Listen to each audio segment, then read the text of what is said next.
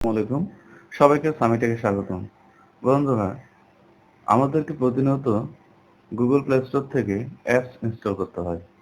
অনেক সময় Google Play Storeটি open হওয়ার কিছুক্ষণ পরেই Google Play Store has stopped নামে একটি মেসেজ দিয়ে প্লে স্টোরটি ক্লোজ হয়ে যায়। আজকে আমরা সেই সমস্যার সমাধান শিখব। কী কারণে Google Play Storeটি ওপেন না হয়ে বারবার ক্লোজ হয়ে যায়। প্রথমে আমরা আমাদের মোবাইলের সেটিংসে ক্লিক করব। সেটিংসে ক্লিক করার পর আমরা অ্যাপস নামে যে অপশনটি আছে সেখানে আমরা ক্লিক করব।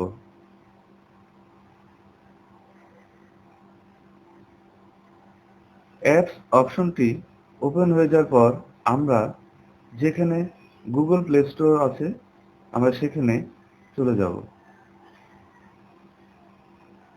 গুগল প্লে স্টোরে আসার পর আমরা সেখানে ক্লিক করব। এবার আমরা স্টোরেজে ক্লিক করব।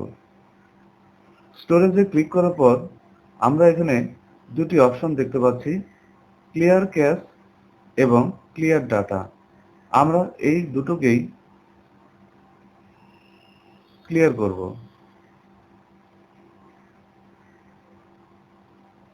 ওকে। বন্ধুরা, আমাদের গুগল প্লে স্টোরে যে সমস্যাটি ছিল সেটি অলরেডি সমাধান হয়ে গেছে। এখন আমরা দেখব গুগল প্লে স্টোরটি ওপেন হয় কিনা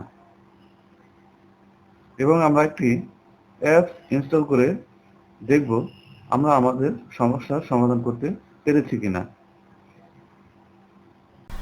হ্যাঁ বন্ধুরা, এখন আমরা গুগল প্লে স্টোরে প্রবেশ করতে পেরেছি এবং আমরা এখন সব ধরনের কাজ করতে পারবো।